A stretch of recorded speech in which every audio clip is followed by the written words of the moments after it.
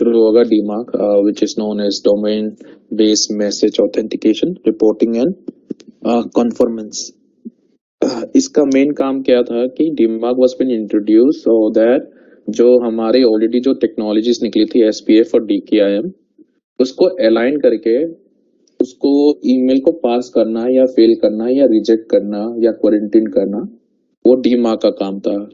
Actually SPF और डीकेआईएम आए हुए काफी साल हो चुके हैं, मगर फिर भी फिशिंग ईमेल आ ही जाती थी, तो उसको इनहांस करने के लिए डीमार्क वाज बीन इंट्रोड्यूस।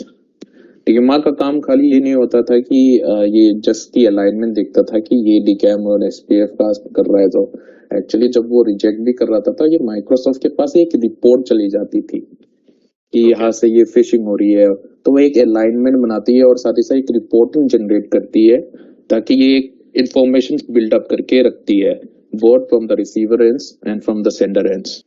ये है बेसिक मतलब डीमार्क का information. So email authentication technologies like SPF and DKIM were developed decade ago, मतलब का 5-6 साल हो चुके हैं, in order to provide greater assurance on the identity of the sender of a message. Adaptations of technology has steadily increased, but the problem of fraudulent and deceptive emails has not been abated, मतलब कभी खत्म नहीं हुआ है। मतलब जो scammers या जितने भी फिशर्स लोग हैं वो कुछ नया तरीका ढूंढ ही लेते हैं इनको बाईपास करने के लिए। The only way these problems can be addressed is when senders and receivers share information with each other. ये तो आप भी जानते हो कि काफी बार चला जाता है, तभी हमें पता चलता है, या किसी टेक्नीशियन की किसी सेंडर ने बोला कि नहीं मेरा ईमेल मार्क हो रहा है स्पैम या ईमेल आया है, तभी हमें पता चलता है। इसकी वजह से receivers supply senders with information about the mail authentication infrastructures while senders tell receivers what to do in the message is received that does not authenticate. तो इसका the main goal is to build on the system of sender and receivers collaborating to improve mail authentication practices of senders and enables receivers to reject unauthenticated message. DMARC and the email authentication इसकी मतलब process कैसे होती है? DMARC is designed to fit into an organization existing inbound email authentication process. The way it works is to help mail receive determines if the purpose message was aligned with what the receivers knows about the senders. If not, DMARC includes the guidance on how to handle the non-aligned messages. For example, assuming that the receiver deploys SPF and DKIM plus its own spam filter, the flow may look something like this. So ये हो गया ये। When I give you this क्या बोलते हैं PPT, it will also have a link of it from where you will get to know about कैसे काम करता है। तो यहाँ पे सपोज करो सेंडर ने एक कंपोज किया ईमेल भेजा और उसका इन्वायरमेंट में SPF और DKIM ऑलरेडी एनेबल्ड है, तो when sending an email तो DKIM ने अपना इंसर्ट कर दिया signature which is also known as DKIM header, फिर इस email send to the receivers, recipient को पहुंचा। अब इसमें क्या होता है कि स्टैंडर्ड वैलिडेशन टेस्ट होती है जिसमें IP block list reputation red limits वगैरह सब चेक होता है। फिर इस बार जब रिसीव होती है ना तो क्या करता है उस टाइम में डीकेएम की वैलिडेशन चलती है, जो हमने डीकेएम में पढ़ा था कि कैसे चेक करते हैं उसकी की को, फिर उस के पास जाके उसका इंफॉर्मेशन लेता है, पब्लिक की मिलता है, फिर इस बाद एसपीएफ का तो फ्रॉम एड्रेस मेल फ्रॉम देखते हैं ताकि वो एसपीएफ पास हुआ है कि नहीं हुआ। फिर इसके बाद ये दोनों जब वैलिडेट होता है एसपीएफ और DKIM, then DMARC policy come into the picture. एक स्टैंडर्ड प्रोसेसिंग चलती है कि ये पास होगा कि रिजेक्ट होगा कि क्वारंटीन होगा। अगर ये रिजेक्ट हुआ या क्वारंटीन हुआ तो एक failure report send to the sender, एक फेलियर रिपोर्ट भी जाएगी सेंडर को according to the policy. This is how DMARC works. So why do we need it? DMARC को डिजाइन क्यों किया? ऑलरेडी हमारे पास एसपीएफ भी है, डीकेएम है, मगर क्यों डीमार्क? तो DMARC was been introduced as already I mention कि एसपीएफ या डीकेएम होने के बावजूद भी हमारी फिशिंग्स और वगैरह मतलब ज्यादा रेट में कम नहीं हुई, काफी कम तो कर दिया, मगर फिर भी हमें ऐसे मिलते थे कि फिशिंग हो रही है, क्या बोलते हैं जंक ईमेल आ रही है, तो इसलिए डीमार्क इंट्रोड्यूस हुआ है कि ये मिनिमाइज करे फॉल्स पॉजिटिव को और हमारे पास एक रोबस्ट ऑथेंटिकेशन रिपोर्टिंग बन जाए। और इस बाद साथ ही साथ ये सोल्डर पॉलिसी फ्रेमवर्क को भी उसके रिसीवर्स को भी असर्ट करे। और इस बाद ये सक्सेसफुल फिशिंग के भी काफी हद तक इन मतलब डिलीवरी रेट कम करी है जब डीमार्क वाज बीन इंट्रोड्यूस। ये बहुत बड़े स्केल में काम करता है और मिनिमाइज द कम्प्लेक्सिटी। आपको सिंपल अगर समझना है कि डीमार्क कैसे काम करना है तो अगर बेसिक टर्म में बताया जाएगा तो it's just an alignment to check whether DKIM and SPF has been passed or not. If both pass, then the DMARC will pass. And also it gives a reporting informations to the Microsoft as well as the sender and the receiver. It is important to note DMARC builds upon both the domain key identified mail, which is known as DKM, and sender policy framework, which is known as SPF specification that are currently being developed within the IATF. DMARC is only designed to protect against direct domain spoofing.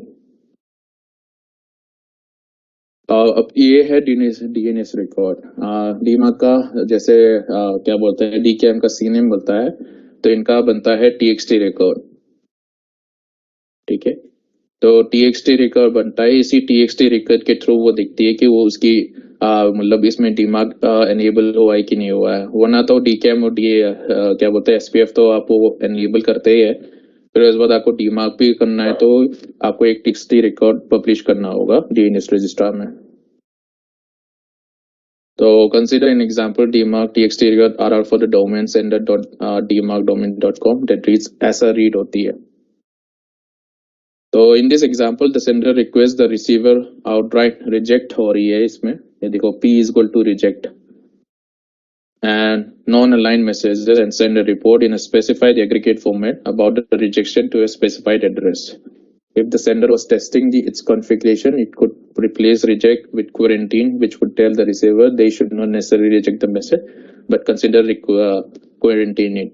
DMARC records follows the extensions like tag values, syntax for DNS-based key records defined in DKM.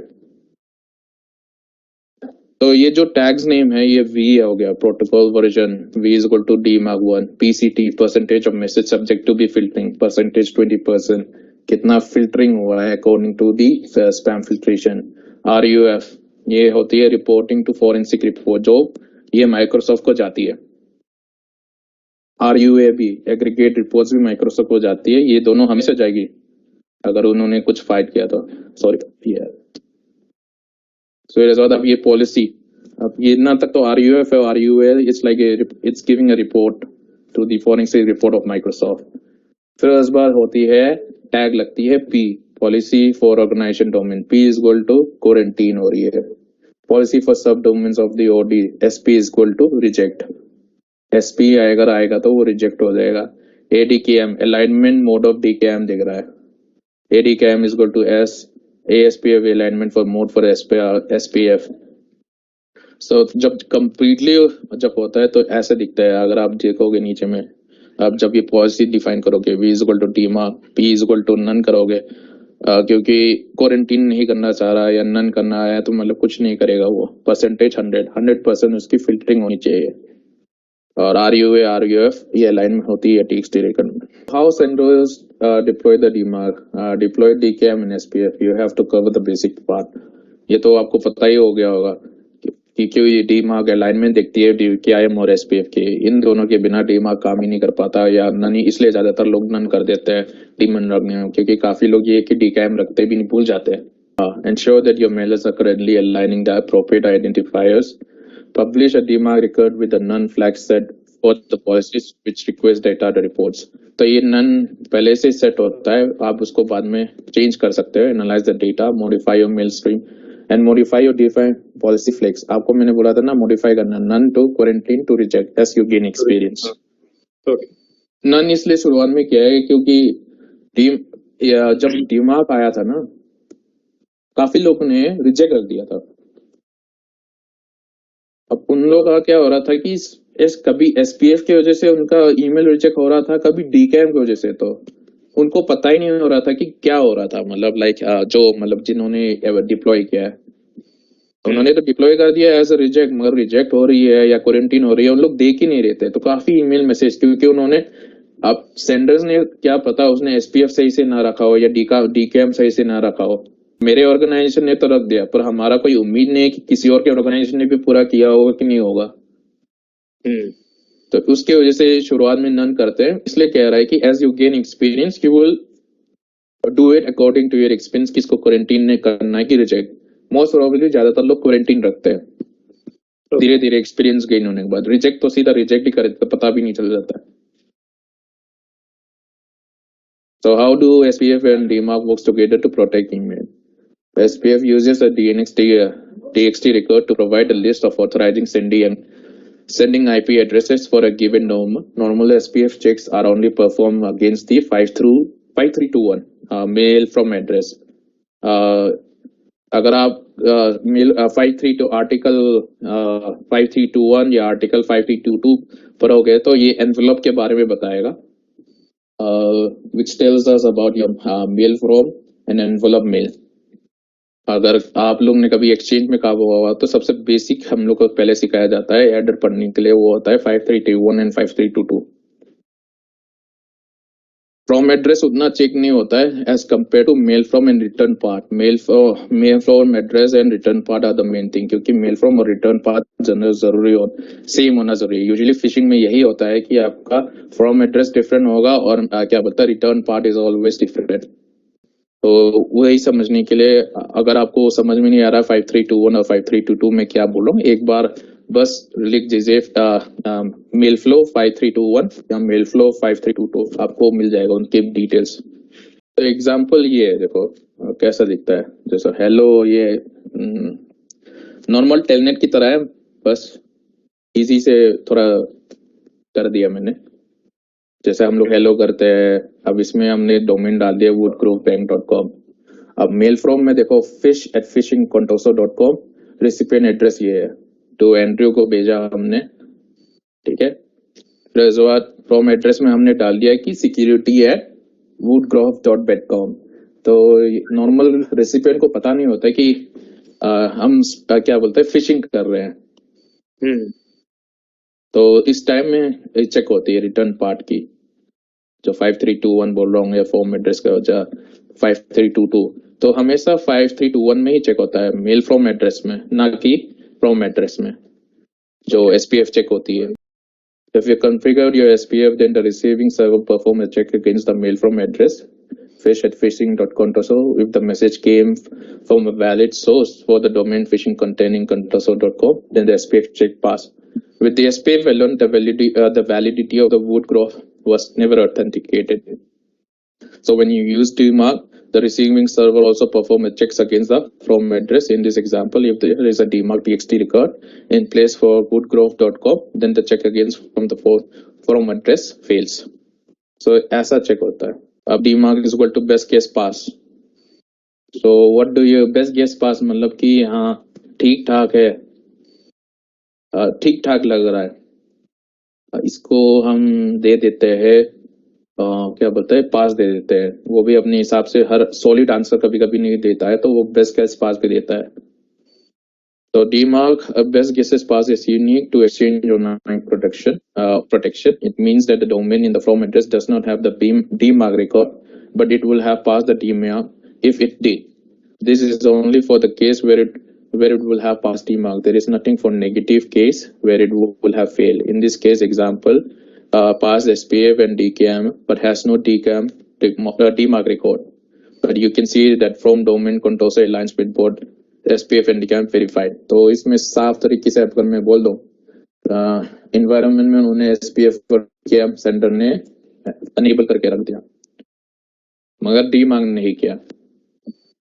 और जब receiver के पास किया उसने DMARC का उसका चला, DMARC का क्या बोलता है, उसने रिक्वेस्ट किया चेकिंग वैलिडेशन, तो उसने देखा कि SPF भी पास हो रहा है और DKIM भी पास हो रहा है, पर DMARC नहीं है। क्या होता है, DMARC अगर सेंडर ने अपना पब्लिश नहीं किया हो तो अगर DKIM और SPF पास होता है तो उसको बेस्ट केस पास मिल जाता है उसको। तो लास्ट चीज है, रिमेंबर करो कि DMARC required the message not only pass DKM or SPF validation, but it also passes the alignment. Under DMARC, a message can fail if SPS or DKM but fails alignment.